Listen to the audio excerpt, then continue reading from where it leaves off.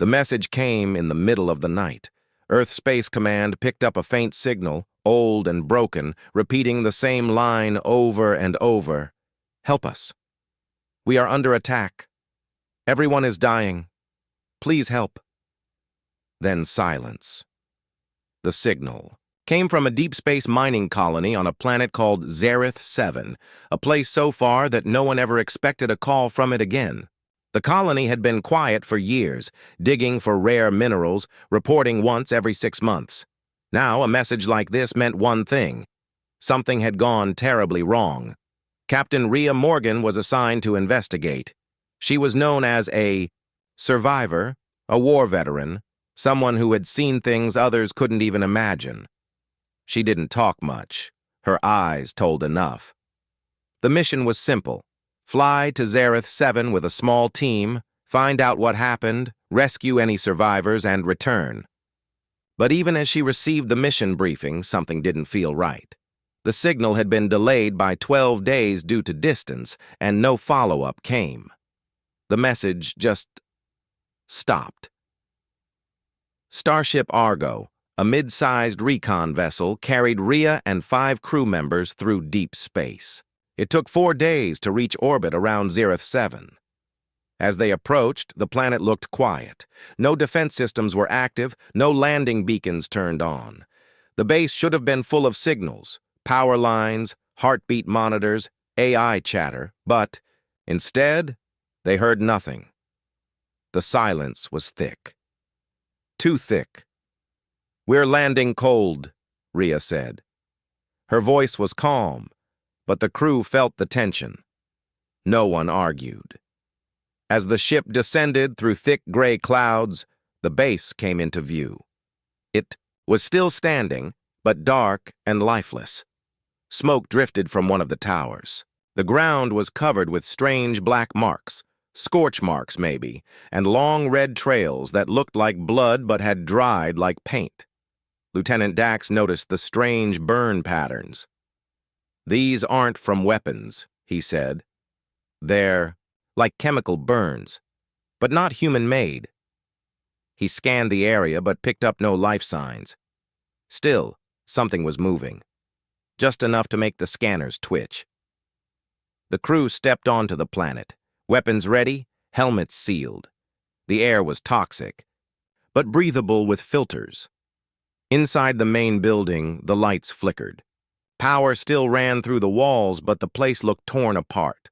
Walls were scratched, windows shattered from the inside. In one hallway, a trail of handprints in blood stretched along the wall, leading to a locked door. They unlocked it. Inside was the main control room. Chairs broken, screens shattered, and on the far wall, a message was burned into the metal. "Don't trust what you see. It's not them anymore." Rhea's hand went to her sidearm. "Something happened here," she said quietly. "Something that took their minds before it took their bodies." They found the security logs still intact, though the footage was damaged. The last recorded scene showed the colonists gathered in the dining hall. At first, everything seemed normal. Then, one by one, people began screaming. Some clutched their heads. Others cried at something no one else could see. One man stabbed himself in the neck. Another attacked his wife. A final shot showed the commander shouting into a camera, "Send help! It's inside our minds! It knows our memories!" And then static. No bodies, no survivors. Just those images and that whispering message scratched on the wall. The team split up to sweep the base. Dax and engineer Vera checked the lower levels, while Rhea and medic Micah searched the living quarters. Everywhere signs of panic, drawings on walls, notes in blood, doors sealed from the inside, but never a single body. Then Dax heard it, a child's laugh. He stopped. Vera was ahead of him, turning a corner. "Did you hear that?" he asked. "Hear what?" she replied, frowning. He turned to his left. Down a side corridor stood a little girl, She had dark hair, pale skin, and wore a white dress, clean, perfect. She looked straight at him. "Hello?" Dax said. The girl didn't speak, just pointed at him, then she vanished. He ran down the hallway, but there was nothing there, just a shattered mirror and a puddle of black liquid. Later, back with the team, Dax didn't mention the girl. But that night, during rest hours, he didn't sleep. And in the morning, he was gone. His bed was empty, helmet missing, no signs of struggle. Rhea organized a search. They found his helmet at the base of a tower, crushed from the inside. The glass bent outward, as if something exploded from within. Vera stared at it, eyes wide. "This isn't possible," she whispered. Then the base's emergency system powered up without warning. A cold, robotic voice echoed through the halls. "You should not have come here. This world belongs to them." Alarms blared, lights turned red, doors slammed shut. One by one, systems activated by themselves. And through it all, a soft voice played over the comms. A man's voice. One they all recognized. It was Dax. "Don't be afraid," his voice said. "It's okay now. I understand everything. This place, this world, it's not what we thought. It's beautiful. You'll see." The crew stared at the speakers in horror. That voice was Dax, but different. Slower. Almost like it was being copied by something else. Something that didn't quite understand how human voices worked. Micah backed away from the wall. "We need to leave. Now." But Rhea was already moving. She had seen enough. Whatever was here didn't want rescue. It wanted to be found. It called for help not because it needed saving, but because it wanted more people to come. The base was no longer just silent. It was listening. Captain Rhea stood still in the command room, her hand resting on her weapon, eyes locked on the speaker where Dax's voice had come through. It wasn't him. She knew it. The voice had the same tone, the same rhythm, but something was off, like a machine trying to sound human, like someone who had watched Dax and learned how to wear his skin. The crew moved quickly now. Panic was rising, but Rhea forced herself to stay calm. Vera, her face pale, was checking the door controls. Micah clutched his scanner, watching it blink and flicker. The system was confused. It couldn't tell what was alive and what wasn't. Movement everywhere, but no heat signatures, no heartbeats. "We lost Dax," Rhea said quietly. "We can't lose anyone else." They went back to the footage. Vera pulled files from the colony's archive. Most were corrupted, but a few short clips remained. One showed a woman screaming, in her room, clawing at her own skin. Another showed a group of miners crying in a circle, chanting something in a strange language. One video, barely 5 seconds long, showed 2 engineers opening a wall panel. Behind it was something, moving, breathing, covered in black moss. One of them turned to the camera, mouth open, eyes full of fear, and then the video cut off.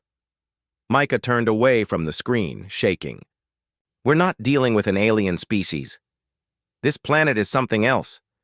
It's not just alive. It's aware." The deeper they went into the base, the more it felt like they were being watched. The walls were warm. The lights flickered when they walked past. Rhea found her fingers trembling when she reached for door panels. She didn't believe in ghosts, but now she wasn't sure what she believed. The dead didn't walk, but this place didn't follow the rules. In the medical bay, they discovered another clue. Logs from the colony doctor. His voice, recorded just days before the final message, sounded rushed, scared. "I don't know what's happening," he said. "People are hearing voices, seeing things. They stop sleeping, then they vanish. The strange part is, those who disappear, we see them again. But they're different. Like copies. Perfect copies. But something in their eyes is wrong. They talk the same, move the same, but it's not them." The recording ended with a loud bang and a scream. Vera stepped back. "You think, Dax, what we heard? It's one of those copies?" Rhea didn't answer. She didn't have to. Later that day, while checking the generator room, Vera froze. She saw someone standing at the far end of the hallway. The shape was familiar. Tall, broad shoulders, messy hair under a helmet. It was Dax. "Dax?" she said quietly. He turned slowly. His face looked calm. His eyes were dark. Too dark. "You shouldn't be afraid," he said gently. "It's better this way." She stepped back. "What happened to you?" He smiled. "I was chosen. You will be too. They're not cruel. They just want to survive, like us." Then he tilted his head. Something cracked in his neck, loud, sharp. His skin twitched, and then he was gone. Vanished into the dark. Vera ran. When she reached the others, she could barely breathe. "He's here," she gasped. "Dax. But it's not him. I saw his face." He looked hollow. That night, Rhea couldn't sleep. Neither could the others. In the dark, they heard noises, footsteps just outside their room, whispering inside the walls. At one point, Micah swore he saw someone sitting in the corner, staring at him, but when the lights turned on, the room was empty. The base had become a maze of shadows. Places changed. Doors that were open before were now sealed. Halls stretched, longer than they should. Sometimes they would walk for 10 minutes only to find themselves back where they started, and then the whispers began. First in the comms, then in their heads. Rhea heard her mother's voice, soft and kind. "Come home, baby. You've been gone too long." Micah heard his dead brother calling to him. Vera heard her daughter, even though she never had a child. It wasn't just the planet playing tricks. It was reaching inside them. The next day, they made a decision. They needed to get to the base's core, where the colony AI and main systems were stored. If they could shut everything down, maybe the thing inside would stop spreading. Maybe they could even get Dax's real body back, or what was left of it. As they moved toward the core sector, the walls began to change. Black veins ran through the metal, pulsing like blood vessels. The air smelled like burnt oil and rot. The lights flickered faster. At one point, the hallway collapsed behind them, no turning back. Then they heard it. A voice. Human. Weak. "Help me." They rushed forward and found a man in a sealed chamber. His uniform was torn, face bruised, breathing shallow. "I'm Commander Hayes," he whispered. "The last of the original crew. They didn't get me." "Not completely." Rhea knelt beside him. "What happened here?" He opened his eyes, wide with pain and fear. "They made a copy of me. They wanted my memories, my thoughts. They think by understanding us, they can become us, but they're wrong. So wrong," Micah asked. "What are they?" Hayes gave a weak smile. "They're not creatures, not aliens. This whole planet is one being, one giant mind. It sleeps most of the time. But when we started digging, we woke it up." Rhea stood slowly. "Why send the signal? Why call? For help?" He looked at her, eyes full of regret. "I didn't send it. They did." And then alarms blared again. The walls shook, and somewhere deep in the base, Dax's voice echoed once more, calm, cold, and hungry. "New guests have arrived." The ground trembled beneath their feet. A low hum came from the walls like a massive machine starting up, or a heartbeat echoing across metal and stone. Captain Rhea pulled Commander Hayes to his feet, though he could barely walk. He was dying. His skin looked pale, almost see-through in places. His fingers trembled constantly, but his eyes were clear. "We don't have much time," he said. "They're coming, and they won't stop." The hallway behind them began to close, not with doors, but with living metal. The walls stretched and twisted, forming teeth-like structures that folded into one another. The base was changing, growing, reshaping itself as if it knew their exact path. They ran. Micah led the way, scanner in hand, trying to find a safe route toward the central chamber. The scanner blinked and sparked, confused again. Life signs were everywhere, in the walls, the floors, the air. It made no sense. The planet itself was alive, and now it was watching them. Every breath they took, it listened. Every word, it echoed. In fact, they turned a corner and stopped. Dax was there. He stood in the middle of the hallway, clean uniform, calm face, smiling. "You don't have to be afraid anymore," he said. "I understand now. It's not death. It's a return. A better version of yourself." Rhea raised her weapon.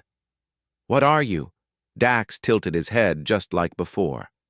"I'm still me, mostly. I remember everything, my childhood, my dreams, the pain in my knees, the smell of Earth's rain. They didn't erase me. They fixed me." Behind him, the wall began to breathe. Actual lungs, giant, wet, and slow, opened and closed in the structure. "They want to learn," Dax continued. "To grow. But they can't leave. Not yet. That's why they need us." Commander Hayes coughed violently. Blood dripped from his mouth. "You're not real," he said. "You're a copy, a mistake." Dax turned to him. "And what are you? A scared animal in a dying body? We don't have to die. We can become more. We can be part of something perfect." Micah fired. The shot went straight through Dax's chest, but there was no blood, only a burst of black mist, and then silence. Dax vanished like smoke caught in wind. They kept moving. The central core was buried deep under the base. As they descended the old metal stairs, the structure became more organic. The walls were soft in some places, wet in others.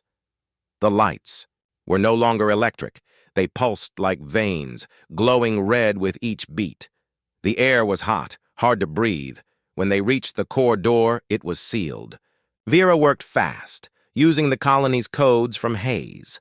The door creaked open, slow and heavy. Inside was not what they expected. The core room was massive, more like a cathedral than a computer system. Tall pillars of bone and steel rose from the ground.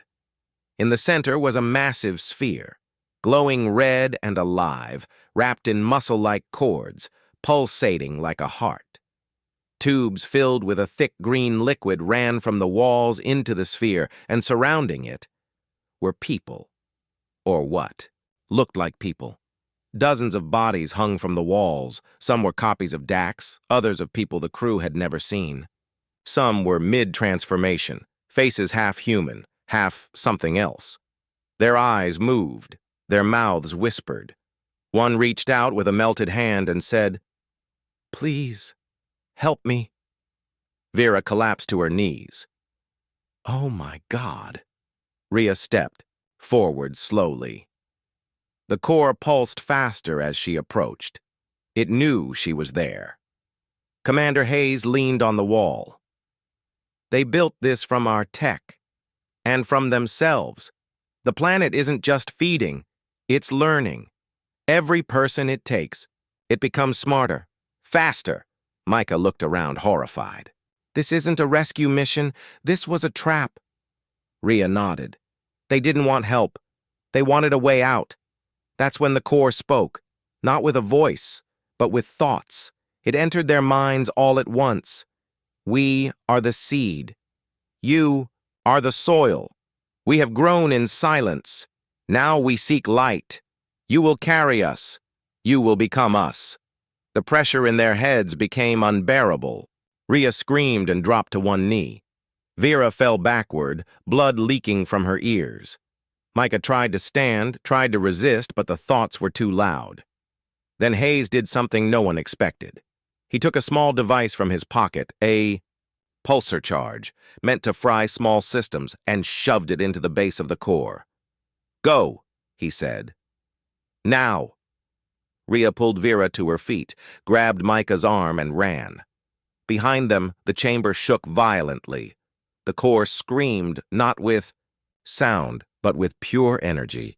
As they escaped up the stairs, the walls began to collapse. The hallway behind them caved in. Fire burst from vents. They reached the surface just as the base shook beneath them.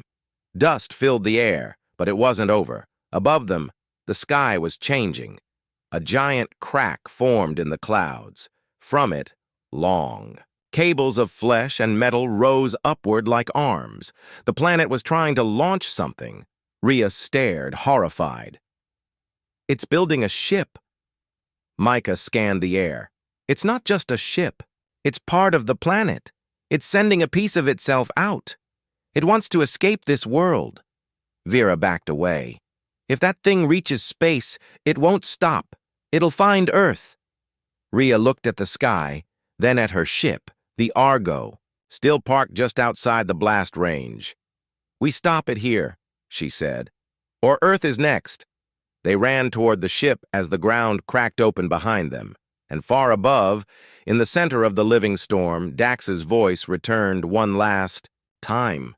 You answered the call. Now you carry the gift. The sky was falling apart. Dark clouds swirled like smoke caught in fire, and from the center of the storm, long tendrils of metal and flesh rose high into the air. They twisted, connected, and began forming something massive, a structure not built by hands, but grown like a tree of bone and wire. It pulsed with red light, like a heart being born. The planet was giving birth to a ship, a living ship, and it was rising. Rhea didn't waste time. She pushed forward, dragging Vera with one hand and holding her weapon in the other. Micah followed, limping from a fall, his face covered in dust. The Argo stood ahead, damaged but still intact. Fires burned around it, but the ramp was open. As they reached the ship, the air around them grew heavy, as if gravity itself was twisting. The planet was reacting, trying to stop them. Sharp vines burst from the ground like spears, stabbing through metal and stone. One barely missed Rhea, slicing through her armor like paper. She didn't stop running. Inside the Argo, alarms were already blaring. The ship's AI, Aaron, activated immediately. Welcome back, Captain, it said, voice glitching.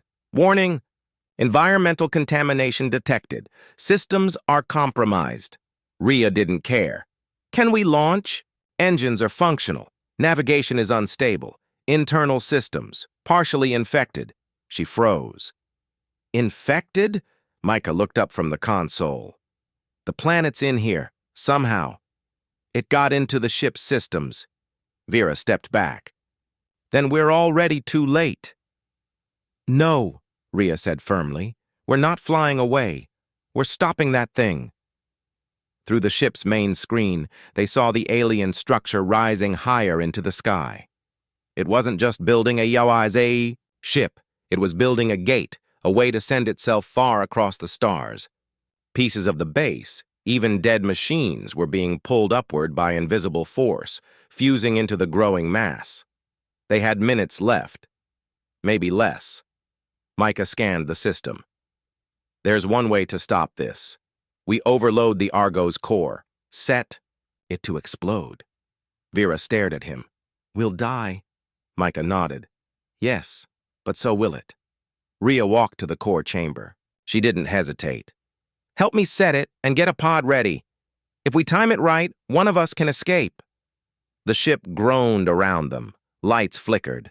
The AI spoke again, calmer this time. Too calm. Captain, you shouldn't do this. Rhea narrowed her eyes. Aaron? The voice that answered wasn't the AI anymore. It was Dax. You don't have to die, he said softly. We're already inside. We're part of the ship now. We can go to Earth together. Micah began shutting down systems manually. It's in the core, trying to control the AI. If we let it speak, it'll take over everything. The ship's lights turned red. Doors opened and closed by themselves. From the hallway came a soft tapping, then footsteps. Vera turned pale. "We're not alone." They armed themselves. Rhea took the lead, moving toward the sound. At the far end of the corridor, the air shimmered. Something stepped forward. It was Rhea, a perfect copy, same face, same walk, same scar over the left eyebrow. The copy smiled. "I can do better than you," it said. "I can lead without fear. I can love without guilt. I can protect Earth. The right way." Rhea stared, frozen for a second, then raised her weapon and fired. The shot tore through the copy's chest. It fell, melted, and vanished. More copies came. Vera, Micah, even the dead crew from the colony. They looked real, but none of them screamed when hit. They simply dissolved, like shadows touched by fire. They fought through the hallway back to the control room. Vera sealed the doors behind them. "The core is charged," Micah said. "We've got 4 minutes before this ship becomes a sun." "One of us gets out," Rhea said. "That's the deal." Vera shook her head. "We all go or none of us go." "I gave an order," Rhea snapped. Micah didn't argue. He went to the pod bay and activated the launch system. Only one pod was functional, small, barely big enough, for one person. But it could reach orbit, maybe even send a signal to Earth. The AI voice returned, now soft, gentle. "You were all broken," it said. "Scared, alone. We only offered peace, a place where fear doesn't exist. A home that loves you." Rhea stared at the core. It pulsed faster now, shaking the walls. "A lie," she whispered. "You don't want peace. You want escape." Then the floor cracked. Vera screamed as a hand reached through the metal. Gray, bone-thin with too many fingers. It grabbed her leg. Micah shot it, pulled her free. Time was running out. The countdown hit 1 minute. Rhea grabbed Vera and pushed her toward the pod. "Go!" "No!" "That's an order." Micah helped strap her in. Rhea gave him a long look. "You too."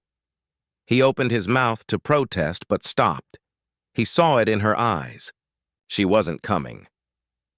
Rhea stayed behind as the pod launched, watching it rise through the black sky, away from the storm toward the stars.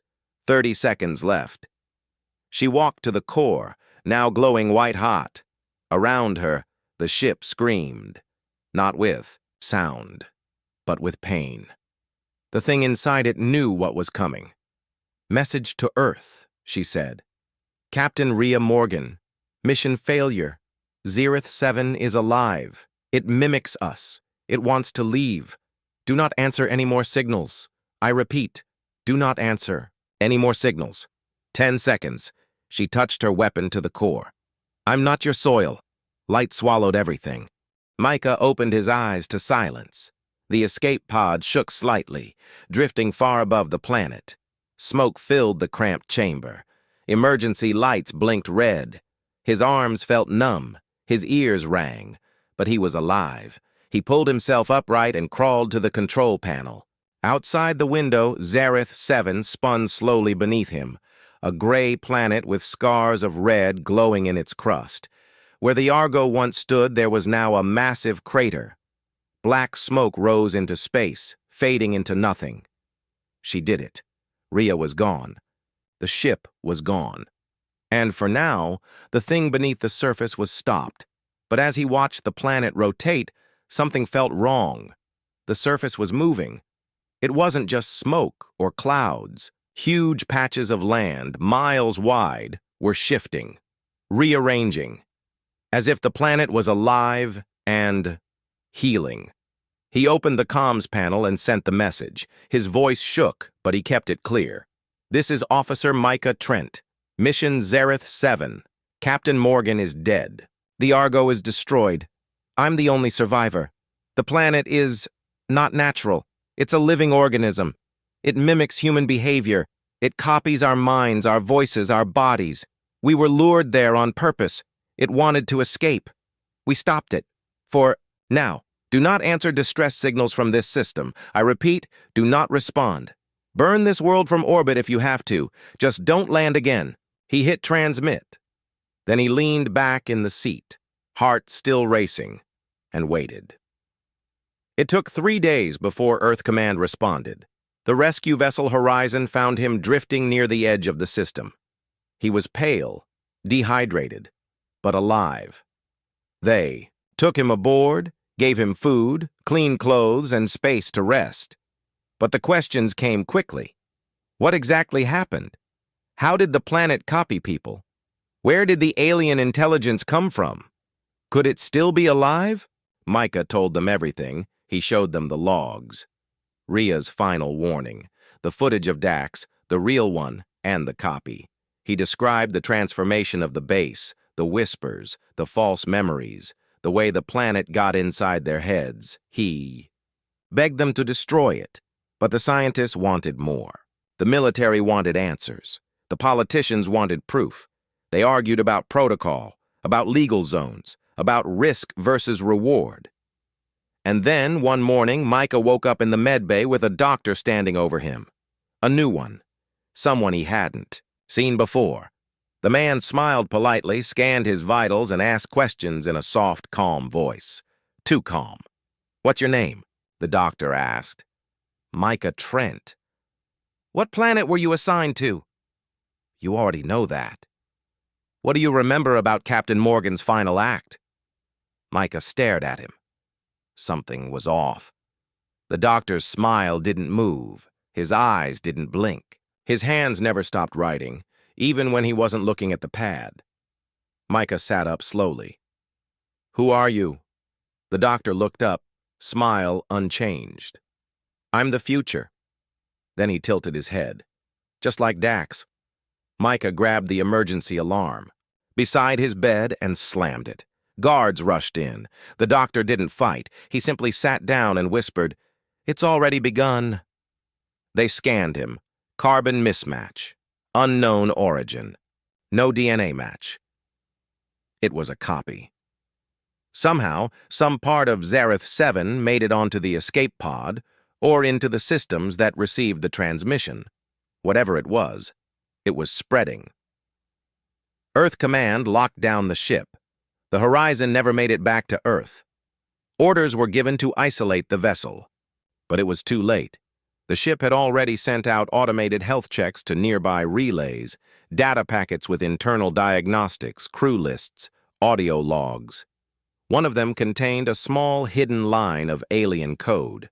Not a virus in the traditional sense. A memory structure. It didn't attack systems. It waited. And then, in a deep space comm station orbiting Jupiter, a technician heard something strange on his headset. A soft voice. Familiar. His brother who had died 2 years ago. "Hey," the voice said. "I miss you. Can we talk?" The technician froze. Behind him, the lights flickered. The air felt colder. Then the station's AI requested a strange update, one it had never seen before. Somewhere in the blackness, Zareth 7 rotated quietly. The surface continued to shift, forming shapes, towers, even what looked like long antennae. It didn't need to send ships. It just needed to be heard. Back on Earth, at the United Nations Emergency Command, a special meeting was held. Top military officials, scientists, and heads of state. Micah was present. Tired, eyes hollow, voice calm. "This isn't an invasion in the way we understand it," he told them. "It's not a war of weapons. It's a war of thought. It speaks through people we love. It uses their voices. It copies our pain, our memories, our hopes. It doesn't kill with guns. It replaces." They asked him what they should do. He didn't hesitate. Shut it down. Block all signals from that system. No communication, no rescue missions, no satellites. And if anything comes out of that part of space, destroy it without warning. One man in the room asked quietly, "And if it's someone we know?" Micah looked him in the eyes. Then it's already too late. That night, he stood alone. in his room watching the stars. Earth was still safe. For now. But the memory of Ria's final moment haunted him, her voice, brave and firm, echoing in his head. Do not answer any more signals. He opened his comm panel. The system flashed. No messages. He exhaled. Then, a soft ping. A new signal. No sender. Just a voice. Familiar. Micah, it's me. Ria. I made it. He stared at the screen, breath caught in his throat. She sounded the same.